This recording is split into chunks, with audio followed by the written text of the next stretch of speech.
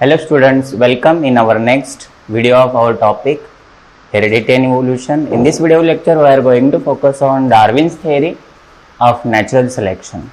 Okay, इसके पहले हमने देखा है डार्विन के बारे में थोड़ा इंट्रोडक्शन हो गया है हमारा. Darwin is a father of evolution. हम डार्विन को फादर ऑफ इवोल्यूशन बोलते हैं. तो उसके थ्योरी में क्या, उनके थ्योरी में क्या दिया है हम आज देखने वाले हैं. So Charles Darwin had collected innumerable specimens of plants and animals, and depending upon the observation of those specimens, देखो यहाँ पे क्या दिया है, चार्ल्स डार्विन ने क्या किया है. तो number of specimens, innumerable means many number. Okay, innumerable means uncountable specimens of plants and animals are collected by the Charles Darwin. So Charles Darwin ने क्या किया है, बहुत सारे एनिमल्स के, बहुत सारे प्लांट्स के जो कोई स्पेसिमन है वो कलेक्ट किए हुए हैं. And depending upon the observation of दो स्पेसिमन, वो कलेक्ट करने के बाद क्या किया है, उसका ऑब्जर्वेशन किया है एनिमल्स का और प्लांट का. And based on the observation उन्होंने क्या कंक्लूजन दिया है और कहाँ पे वो जो ऑब्जर्वेशन किए हुए हैं वो पब्लिश किए हुए हैं. He publish the theory of natural selection which preaches the survival of the fittest. Okay, उसके बाद ऑब्जर्वेशन करने के बाद उन्होंने एक थियरी पब्लिश की. उस थियरी का नाम था natural selection theory. Theory of natural selection उसको बोलते हैं हम. तो after observing the number of animals and plants he proposed a theory, the theory called as a theory of natural selection which explains means what, which explains the survival of the fittest. So survival of the fittest means what, जो भी organism fit रहेगा, fit means what, जिसके पास अच्छे characters है, body characters nature में survive होने के लिए. so which is called as a fit one. so fittest will be survive. Nature में जो भी फिट ऑर्गेनिज्म है, जो भी अच्छी प्रोजेनी प्रोड्यूस कर सकता है, जिसके पास अच्छे कैरेक्टर्स है, वही जिंदा रहने वाला है. जो भी वीक एनिमल्स है, जिसके पास अच्छे कैरेक्टर्स नहीं है जिंदा रहने के लिए, नेचर में सरवाइव होने के लिए, वो नेचर में सरवाइव होने वाला नहीं है. Which is perish, which is means removed from the environment. So उसको हम बोलेंगे natural selection theory of Darwin. उसके बाद उन्होंने क्या बताया, for this purpose Darwin had published a book title origin of species. उसके बाद ऑब्जर्वेशन करने के बाद, ए थ्योरी प्रपोज करने के बाद उन्होंने एक बुक लिखा है, उसका नाम है origin of species. In this book, इस बुक में क्या किया है देखो, how the species originated from one other species. For example, एक स्पेसीज है जो नेचर में सर्वाइव कर रही है, उसमें कुछ चेंजेस आ जाते हैं और चेंजेस आने के बाद नई स्पेसीज बन जाती है, उसकी नई स्पेसीज बन जाने वाली है, उसको हम ओरिजिन ऑफ न्यू स्पेसीज बोलेंगे. और उस टाइटल का बुक है, वो डार्विन साइंटिस्ट है, उन्होंने क्या किया है, लिखा हुआ है. The book title is origin of species. So question पूछा जा सकता है 1 मार्क के लिए या मल्टीपल चॉइस क्वेश्चन के लिए. The title of the Darwin's book is origin of species. Next क्या दिया है देखो. सो while explaining the concept, natural selection की जो भी कंसेप्ट थी, वो कंसेप्ट एक्सप्लेन करते वक्त Darwin says that all the organisms reproduce prolifically. Prolifically means what, देखो यहाँ पे क्या लिखा है, prolifically means what, the organism has a good capacity to reproduce and produce more progeny. So prolifically means what, potentially, हम बोल सकते हैं potentially. In which organism produce number of organisms और number of progeny. Organism produces number of progeny, और we can say that the more number of progeny. अगर एक organism number of progeny produce कर रहा है तो हम उसको बोलेंगे he is reproducing prolifically. Reproducing means what, which gives birth to number of progeny, number of individuals. इसको हम बोलेंगे prolifically. सो जब भी डार्विन ने नेचुरल सिलेक्शन की थ्योरी एक्सप्लेन की, उसमें उसने बहुत सारा जो दबाव है कौन से स्टेटमेंट पे डाला है, कौन से कैरेक्टर पे डाला है, रिप्रोडक्शन के कैरेक्टर पे डाला है। दोज ऑर्गेनिज्म रिप्रोड्यूस प्रोलिफिकली मींस जो भी ऑर्गेनिज्म है ज्यादा number means number of offspring produce करने वाले हैं उनको हम फिट बोलने वाले हैं। Means the organism which is reproductively fit. Organism है एक जो नंबर ऑफ प्रोजेनी को क्या कर रहा है, प्रोड्यूस कर रहा है, तो हम उसको बोलेंगे fit organism according to the Darwin. So Darwin says that all organism reproduce prolifically. जो भी ऑर्गेनिजम्स नेचर में सर्वाइव हो रहे हैं वो क्या करने वाला है, रिप्रोड्यूस प्रोलिफिकली, ज्यादा प्रोजेनी प्रोड्यूस करने वाले हैं। नेक्स्ट क्या बोला है देखो, all the organism compete with each other in life threatening manner. यहां पे देखो क्या लिखा है, लाइफ थ्रेटनिंग मैनर। कंपटीशन हो रहा है ईच एंड एवरीथिंग के लिए। नेचर में क्या होता है, competition for food, competition for habitat means house और for shelter, and competition for the mating. Okay, so सभी चीजों के लिए कंपटीशन नेचर में होता रहता है। और उसमें जो भी कंपेटिटिवली सुपेरियर ऑर्गेनिज्म है जिसके पास ज्यादा पावर है वही क्या होता है, सर्वाइव होता है। And other which is weak one, दूसरा ऑर्गेनिज्म रहता है जो वीक रहता है, उसका क्या होने वाला है, डेथ होने वाला है। इसको हम लाइफ थ्रेटनिंग मैनर बोलेंगे। कंपटीशन में क्या होने वाला है, एक की जीत होने वाली है, एक की हार होने वाली है, लेकिन जो भी हारने वाला है वो सर्वाइव होने वाला नहीं है, मीन्स वो कभी ना कभी मरने वाला है। उसको हम बोलेंगे लाइफ थ्रेटनिंग मैनर। इसमें एक ऑर्गेनिज्म की जो भी लाइफ है वो क्या होने वाली है, मीन्स वो मरने वाला है। Okay, so all organism compete with each other. Nature में जो भी ऑर्गेनिज्म रहने वाला है वो कंपटीशन करने वाला है एक दूसरे के साथ, और उसमें जो भी हारने वाला है वो नेचर से क्या होने वाला है, मीन्स उसकी डेथ होने वाली है, वो कम होने वाला है नेचर से। Okay, so in this competition only those organisms sustain which shows the modification essential for winning the competition। modifications देखो यहाँ पे क्या लिखा है, the modifications essential for winning the competition। जो भी मॉडिफिकेशन रहेगा उसके बॉडी में रहेगा। तो बॉडी में मॉडिफिकेशन क्यों रहेगा, बिकॉज उसके जीन्स में वो क्या है, कैरेक्टर्स है। जब भी एक ऑर्गेनिज्म के पास अच्छे कैरेक्टर रहने वाले हैं तो वो नेचर में अच्छी तरह से सरवाइव होने वाला है। तो सरवाइव होने के लिए उसके पास क्या चाहिए, मॉडिफिकेशंस मींस उसके बॉडी में उसके पास कुछ ऐसे कैरेक्टर्स होने चाहिए जिस कैरेक्टर के वजह से वो एनिमल, वो ऑर्गेनिज्म जो है वो कंपटीशन में जीतने वाला है। ओके, सो जीतने के लिए क्या चाहिए, मॉडिफिकेशंस। मॉडिफिकेशन इन कैरेक्टर्स, देखो यहाँ पे मॉडिफिकेशंस किसमें चाहिए, कैरेक्टर्स में चाहिए। So in this competition only those organism sustain, जिसके पास अच्छे कैरेक्टर्स है वही जिंदा रहने वाले, सस्टेन्स मींस वो जिंदा रहने वाला है, सर्वाइव होने वाले हैं। विच शोज द मॉडिफिकेशंस, जो भी जिंदा रहने वाला है उसमें कुछ मॉडिफिकेशन, ऐसे मॉडिफिकेशन है जिसके लिए, जिस मॉडिफिकेशन के वजह से वो एनिमल और ऑर्गेनिज्म जो है वो कंपटीशन में जीतने वाला है एंड नेचर में जिंदा रहने वाला है और सर्वाइव होने वाला है।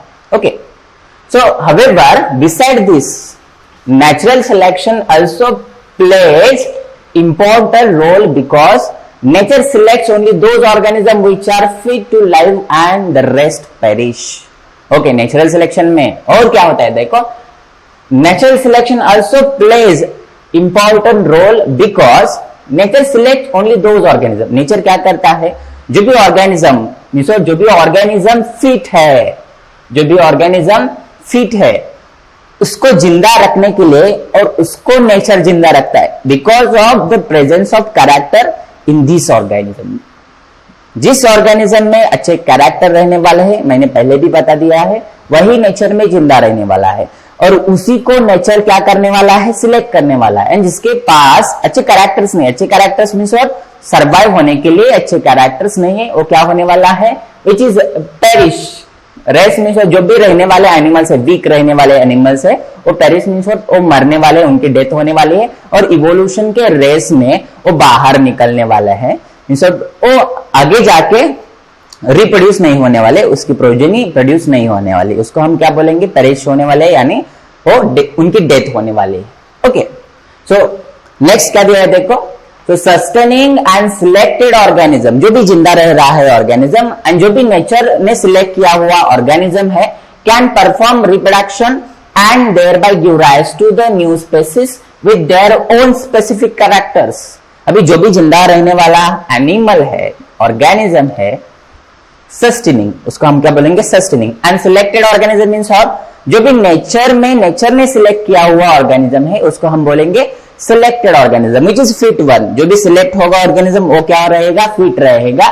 कैन परफॉर्म, वो क्या करने वाला है, रिप्रोडक्शन करने वाला है, और रिप्रोडक्शन के साथ वो उसकी जो प्रोजिनी है, उसके जो बच्चे हैं वो बढ़ाने वाला है। And thereby give rise to new species, उसके बाद में क्या नहीं हुआ, उसके पास नए अच्छे कैरेक्टर है, वो अच्छे कैरेक्टर के साथ वो उसके खुद के ऑन स्पेसिफिक कैरेक्टर के साथ एक नया स्पेसिस की आइडेंटिटी उसको मिलने वाली है। फॉर एग्जाम्पल, उसके पास अच्छे कैरेक्टर है और जिसके पास अच्छे कैरेक्टर नहीं है वो क्या होने वाला है, मरने वाला है, और रेस से, इवोल्यूशन के रेस से बाहर निकलने वाला है। और जो भी जिंदा रहने वाला है उसके पास अभी जो कैरेक्टर है वो नए कैरेक्टर है, और जिस ऑर्गेनिज्म के पास नए कैरेक्टर रहने वाले हैं उसको हम क्या बोलेंगे, नया स्पेसिस बोलेंगे, नया ऑर्गेनिज्म बोलेंगे।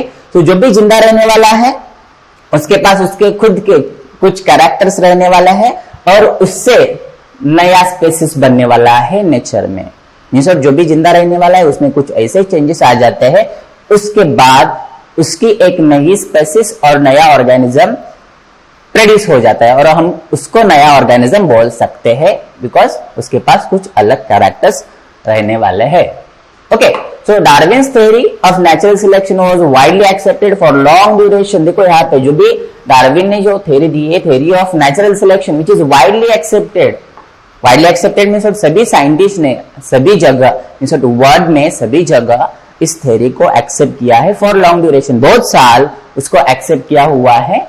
However, some objections were raised against this theory. Against this theory कुछ objections है। Objections means कुछ lacunae, कुछ demerits रहते हैं each and every theory के। So डार्विन ने जो भी नेचुरल सिलेक्शन थ्योरी दी है उसके भी कुछ objections है, वो objection हम देखने वाले हैं। So some of main objections are, so short note के लिए पूछा जा सकता है आपके बोर्ड एग्जाम के लिए, और these are which are used in statement based multiple choice questions।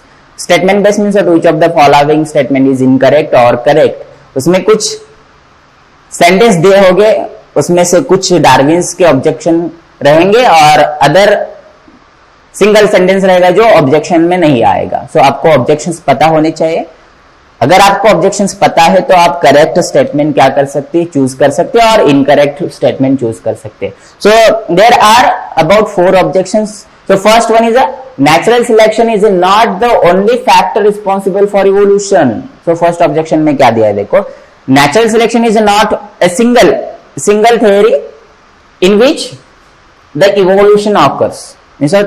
यही एक थ्योरी नहीं है जिसके वजह से इवोल्यूशन होता है। तो there are another number of theories are there, panspermia theories there. जब आप 12th में आ जाओगे, इवोल्यूशन एक अलग सा चैप्टर है, वहां पे आपको सभी जो थ्योरीज है इवोल्यूशन के रिगार्डिंग आप पढ़ने वाले हैं। लेकिन यहाँ पे क्या दिया है देखो, it is not a single theory in which the evolution occurs और which is responsible for the evolution. तो इवोल्यूशन के लिए यही एक थ्योरी नहीं जो रिस्पॉन्सिबल है, बहुत सारे अलग दूसरे थ्योरीज है जो रिस्पॉन्सिबल है इवोल्यूशन के लिए। Okay, so Darwin did not mention any explanation about useful and useless modifications. Natural selection theory में डार्विन ने यही मिसोड कौन सी थिंग्स को एक्सप्लेन नहीं किया। So useless and useful modification, जो भी ऑर्गेनिज्म में यूजफुल मॉडिफिकेशन होने वाले उसके बारे में कुछ बताया नहीं है उस नेचुरल सिलेक्शन थ्योरी में। जो भी यूजलेस ऑर्गन्स है, यूजलेस मॉडिफिकेशंस है, उसके बारे में भी डार्विन ने कुछ बताया नहीं है इस नेचुरल सिलेक्शन थ्योरी में। तो it is one of the objection to this natural selection theory. Next है देखो objection, there is no explanation about slow changes and abrupt changes. So जो भी डार्विन ने बताया है उसको हम इवोल्यूशन बोलते हैं। Slow changes and abrupt changes, slow changes means जो भी ऑर्गेनिज्म में चेंजेस होने वाले, कैरेक्टर्स में चेंजेस होने वाले, वो कैसे होने वाले, स्लो होने वाले हैं या अब्रप्ट मींस सडन चेंजेस होने वाले हैं। सडन चेंजेस होने वाले, उसके बारे में डार्विन ने कुछ बताया नहीं। उन्होंने सिर्फ क्या बताया है, जो भी फिट रहेगा, जो भी ऑर्गेनिज्म ज्यादा प्रोजेनी प्रोड्यूस करने वाला है, वही नेचर में जिंदा रहने वाला है।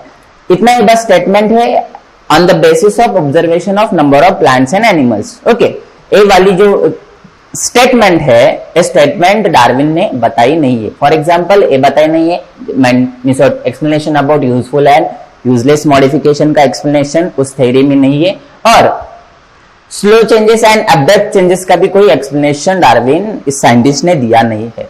ओके, नेक्स्ट क्या देखो, so irrespective of these objections, ये ऑब्जेक्शंस है डार्विन थ्योरी को, इसके बजाय भी इस थ्योरी को बहुत सारे साइंटिस्ट ने एक्सेप्ट किए। सो this is the Darwin's work on evolution has been milestone. It is a biggest discovery, or it is a biggest theory which is accepted by the number of scientists, number of scientific literatures. Okay, so milestone means what? It is a considerable work. जो भी Darwin ने काम किया है evolution में, वो considerable है, उसका कुछ इंपॉर्टेंस है इवोल्यूशन में, इसलिए हम डार्विन साइंटिस्ट को क्या बोलते हैं, father of evolution, because of his good ideas about evolution. Okay, so it is a milestone discovery, means it is a very important discovery in evolution. Okay, देखो यहाँ पे अभी इंट्रोडक्शन टू साइंटिस्ट देखने वाले हैं, चार्ल्स रॉबर्ट डार्विन साइंटिस्ट का नाम है। Okay, so this is the English biologist propose the theory of evolution. So उन्होंने थ्योरी ऑफ इवोल्यूशन दी है, natural selection of theory of natural selection of evolution. So he shows that all the species of living organism have been gradually evolved. यहाँ पे दिया है gradually means और stepwise evolve होते हैं over the period of thousands of years. यहाँ पे दिखा है thousands of years from a common ancestor. Okay, यहाँ पे डार्विन का पिक्चर है, आपके बुक में भी है, which is the father of evolution. उन्होंने क्या बताया देखो, he showed that, क्या दिखाया है, क्या मेंशन किया है, स्पेसिस ऑफ लिविंग ऑर्गेनिज्म, जो भी लिविंग ऑर्गेनिज्म है उसके species have been gradually evolve, उसमें means for example slowly means धीरे धीरे क्या हो जाता है, इवोल्यूशन हो जाता है, चेंजेस हो जाते हैं over the period of thousands year, means धीरे धीरे हो जाता है, means how many time it takes thousands of years and the living things are produced from common ancestor. For example आज हम देखेंगे, आज पे number of species are there, number of animals and plants are there which all are comes from a common ancestor. जब भी evolution start हुआ होगा, जो फर्स्ट ऑर्गेनिज्म रहेगा उसके बाद में ही सब अभी जो प्रेजेंट ऑर्गेनिज्म है, प्लांट हो गए या एनिमल्स हो गए, वो आए होंगे। सो उसको हम, जो भी फर्स्ट ऑर्गेनिज्म रहेगा उसको हम क्या बोलेंगे, कॉमन एंसेस्टर बोलेंगे। क्या बोलेंगे, एंसेस्टर। और एंसेस्टर जो है सभी एनिमल्स का और सभी प्लांट्स का एक ही रहने वाला है। सो वो first organism which is a single cell one, and from which single cell से आज जो मल्टी सेलुलर ऑर्गेनिज्म बने हुए हैं। सो जो भी सिंगल सेल रहेगा उसको हम क्या बोलेंगे, एंसेस्टर बोलेंगे, and which is the common to all organism. वो एंसेस्टर हम सब को क्या है, कॉमन है। So he propose that the principle of natural selection is responsible for this evolution।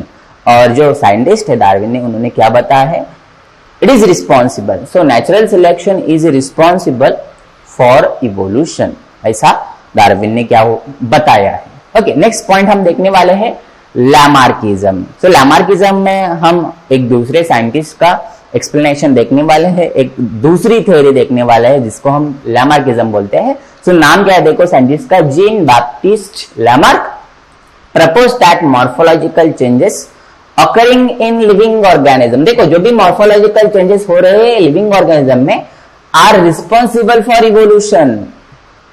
जो भी डार्विन ने बता दिया है, जो भी कैरेक्टर्स रहने वाले हैं, जो भी कैरेक्टर्स फॉर एग्जाम्पल जो कैरेक्टर्स है ऑर्गेनिज्म के लिए सर्वाइव होने के लिए हेल्प कर रहे हैं, तो उस ऑर्गेनिज्म को हम फिट ऑर्गेनिज्म बोलेंगे। लेकिन लैमार्क ने क्या बताया, जो भी ऑर्गेनिज्म में कैरेक्टर्स है अगर उसमें मॉडिफिकेशन हो रहे हैं तो वो इवोल्यूशन के लिए रिस्पॉन्सिबल है। ओके, अगर मेरे पास अभी टेल है और वो टेल डीजेनरेट हो रही है तो उसका मतलब क्या है, ऑर्गेनिज्म के ऑर्गन्स में चेंज हो रहे हैं, मींस ऑर्गेनिज्म में मॉडिफिकेशंस हो रहे हैं, ऑर्गेनिज्म में इवोल्यूशन हो रहा है। तो इन्होंने क्या बताया देखो, So changes occurring in the living organism are responsible for evolution, and the reason behind those morphological changes is activities or laziness of organism. जो भी मॉडिफिकेशन हो रहे हैं ऑर्गेनिज्म के कैरेक्टर्स में, वो किस वजह से हो रहे हैं? Due to activity. For example, अगर मेरे बॉडी में से एक ऑर्गन है जिसका यूज ज्यादा कर रहा हूं, फॉर एग्जांपल मैं डेली स्टडी कर रहा हूं, डेली रिवीजन कर रहा हूं, डेली लेक्चर्स देख रहा हूं, तो मेरे ब्रेन का ज्यादा यूज हो रहा है. मीन्स मेरे ब्रेन की कैपेसिटी बढ़ने वाली है, मेरा ब्रेन का इवोल्यूशन हो रहा है. मीन्स कैपेसिटी बढ़ रही है, मीन्स इवोल्यूशन हो रहा है. जो भी ऑर्गन्स यूज करा जा रहा है उसमें कुछ मॉडिफिकेशन हो गए. Those organism which are actively working, उसमें भी कुछ चेंजेस होने वाले हैं. और जो भी मैं नहीं यूज करने वाला उसमें भी कुछ चेंजेस होने वाले. Means for example in previous time जो भी ह्यूमंस थे उन्होंने टेल का यूज नहीं किया, इसलिए टेल क्या हो गई? डिजेनरेट हो गई. तो जो भी ऑर्गेनिज्म एक ऑर्गन का यूज नहीं कर रहा due to the laziness, those organisms are degenerated, उसमें भी कुछ चेंजेस होने वाले हैं. और जो भी एक्टिवली यूज हो रहा है, जो भी ऑर्गन एक्टिवली यूज हो रहा है, उसमें भी कुछ चेंजेस होने वाले हैं. मीन्स यहाँ पे क्या देखा है? Morphological changes occurring in living organism are responsible for evolution. Morphological changes हो रहे हैं, मीन्स इवोल्यूशन हो रहा है. And the reason behind those morphological changes क्यों हो रहे हैं? Due to the activity of organ और due to the laziness of organism. Organism lazy है तो क्या होने वाला है? वो ऑर्गन डिजेनरेट होने वाला है. और ऑर्गेनिज्म एक्टिव है तो उसमें भी कुछ चेंजेस होने वाले हैं. So changes in morphological character is due to the activity and laziness of that organism.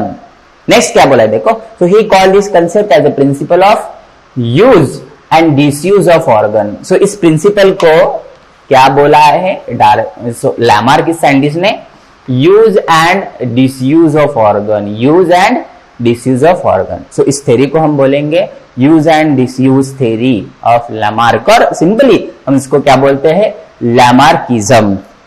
Okay, so further he said that the neck of giraffe has become too long due to browsing on leaves of tall plants by extending their neck for several generation.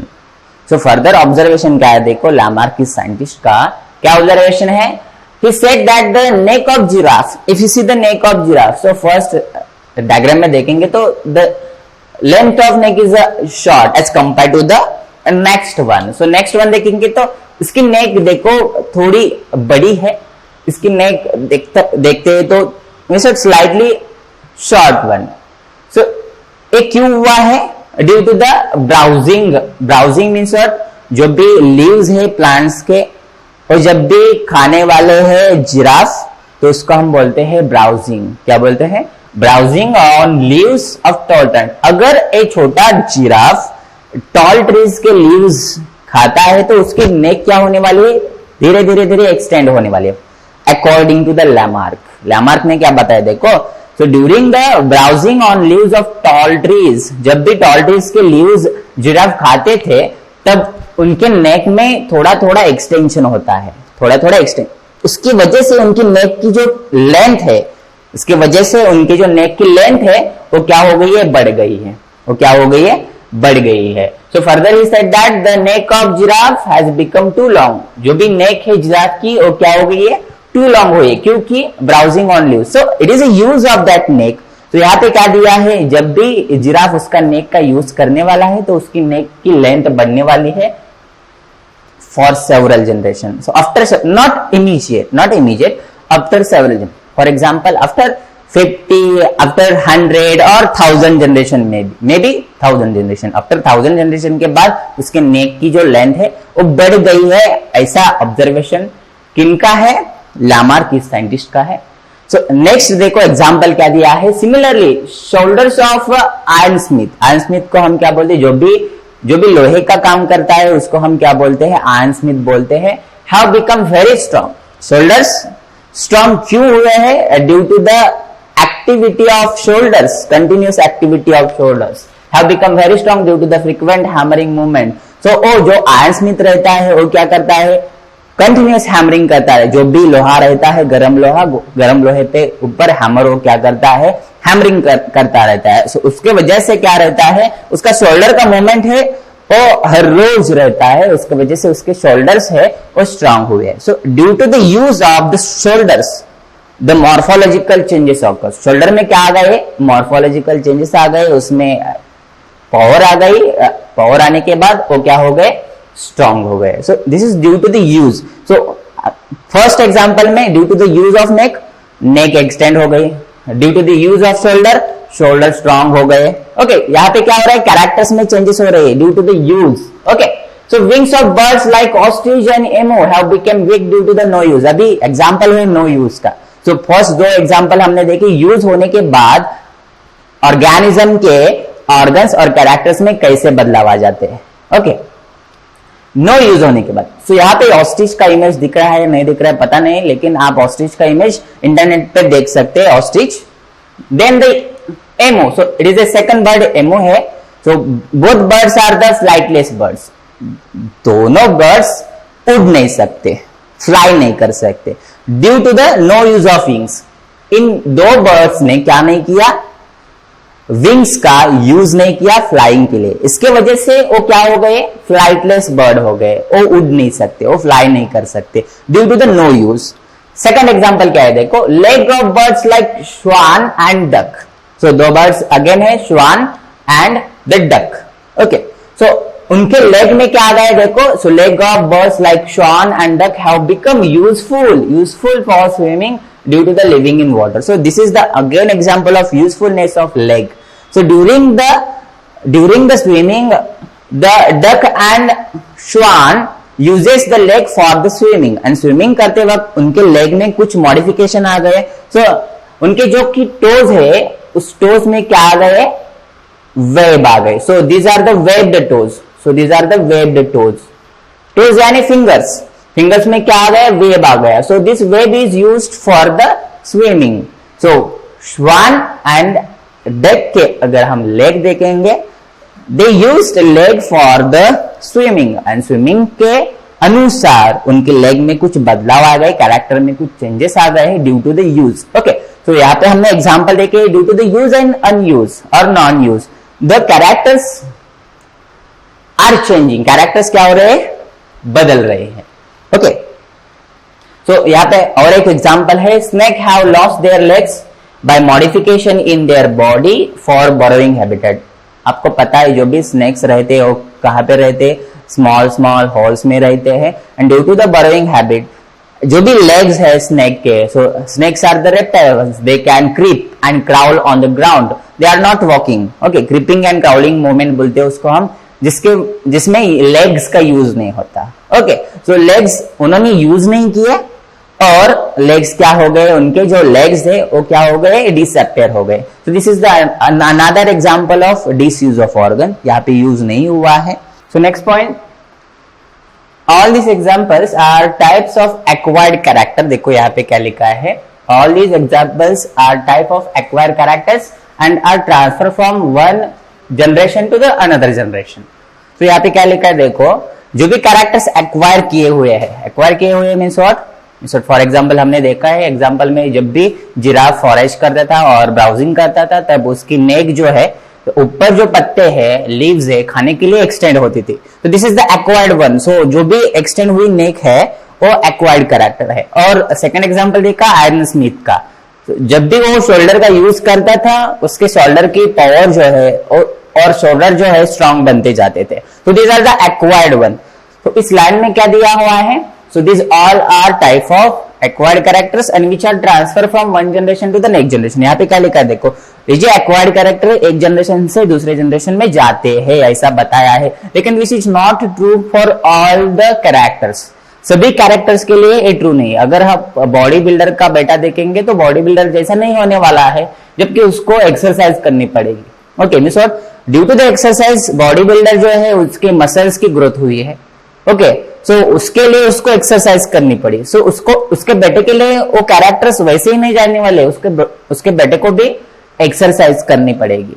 Okay, तो some characters are not inheritable, means what, one generation से दूसरे generation में जाने वाले नहीं है, but some characters are there which are transfer from one generation to the next generation. देखो, so this is called as a theory of inheritance of acquired characters और Lamarckism. So इसको हम लैमार्किज्म या theory of inheritance of acquired character बोलने वाला है. सो inheritance का मतलब क्या है? हेरिडिटी. और हेरिडिटी की डेफिनेशन आपको पता है, transfer of characters from one generation to next generation. जो भी एक्वायर्ड कैरेक्टर है वो कैरेक्टर्स क्या होने वाले हैं? एक जनरेशन से दूसरे जनरेशन में जाने वाले हैं. कुछ सम कैरेक्टर्स है वो जाने वाले हैं. ओके, सो अभी क्या लिखा है देखो, development of organs due to specific activities और their degeneration due to no use at all. देखो यहाँ पे क्या लिखा है, development of organ due to specific activity. अगर हम स्पेसिफिक एक्टिविटी करें, for example this is the iron split working like in this position, so the shoulders become strong. So this is the specific activity or their degeneration due to no use. अगर एक organ है जिसका use नहीं हो रहा है तो वो डीजनरेट होने वाला है. ओके, तो कौन सा भी ऑर्गन जब कम यूज होता है, फॉर एग्जांपल हमारे बॉडी में जो भी अपेंडिक्स है उसका यूज कम हुआ तो वो डीजनरेट हो गया. जो भी यूज करते हैं वो डेवलप होने वाला है. तो ऑल वॉज एक्सेप्टेड. सो जब यूज नहीं होने वाला तो डीजनरेट होने वाला है, और जब यूज होने वाला है तो क्या होने वाला है? फॉर एग्जांपल उसमें डेवलपमेंट होने वाले हैं. So this is widely accepted, but transfer of those characters from generation to generation was rejected. मैंने अभी बताया कि कुछ ऐसे कैरेक्टर है जो एक जनरेशन से दूसरे जनरेशन में नहीं जाने वाले. So because it had been verified many times that modification brought us are not transferred to the next generation and thereby Lamarckism theory was disapproved. So इसके वजह से जो भी कैरेक्टर्स है, फॉर एग्जांपल दूसरे जनरेशन में नहीं जाने वाले, कुछ कैरेक्टर्स ऐसे जो दूसरे जनरेशन में नहीं जाने वाले, इसकी वजह से लामार्क की जो थ्योरी है, लैमार्किज्म है, वो क्या हो गई है? डिसअप्रूव हो गई है, एक्सेप्ट की नहीं है. ओके, तो नेक्स्ट देखो क्या दिया है. So the living organism can transfer the characters which it has acquired to the next generation. जो भी लिविंग ऑर्गेनिज्म है वो क्या कर सकते हैं? उसमें जो भी कैरेक्टर्स है वो ट्रांसफर कर सकते हैं, लेकिन not all characters. So this is called as the ancestry of acquired character. अगर हमारे पास कैरेक्टर आ जाते हैं जो भी एक्वायर्ड किए हुए हैं हमारे एंसेस्टर ने, सो उसको हम बोलेंगे ancestry of acquired character. So this is the scientist Lamarck. So इन्होंने लैमार्किज्म की थ्योरी जो है वो प्रपोज की हुई है. So Lamarck propose that the activities of organism are responsible for their evolution. जो भी एक्टिविटी ऑर्गेनिज्म करने वाले हैं वो एक्टिविटी किसके लिए रिस्पॉन्सिबल है? इवोल्यूशन के लिए रिस्पॉन्सिबल है. So this French naturalist propose that each animal और plant undergo some changes in its life span. कुछ चेंजेस होने वाले, सभी जो ऑर्गेनिज्म है, प्लांट होगा, एनिमल होगा, उसमें कुछ चेंजेस होने वाले उसके लाइफ स्पैन में, and those changes are transfer to the next generation. जो भी मेरे बॉडी में चेंजेस होने वाले हैं वो मेरे बच्चों में ट्रांसफर होने वाले. जो भी प्लांट में चेंजेस होने वाले उसके बच्चों में वो कैरेक्टर्स ट्रांसफर होने वाले हैं. तो such changes occur in next subsequent generation too. अगर मेरे बच्चों में वो कैरेक्टर है तो उनके बच्चों में भी वो कैरेक्टर रहने वाले हैं. तो समझ आ रहा है? So generation to generation those characters are transferring from one generation to the next generation. Okay, so next video lecture में हम नेक्स्ट पॉइंट है जो स्पेशिएशन है वो हम देखने वाले हैं. Thank you very much.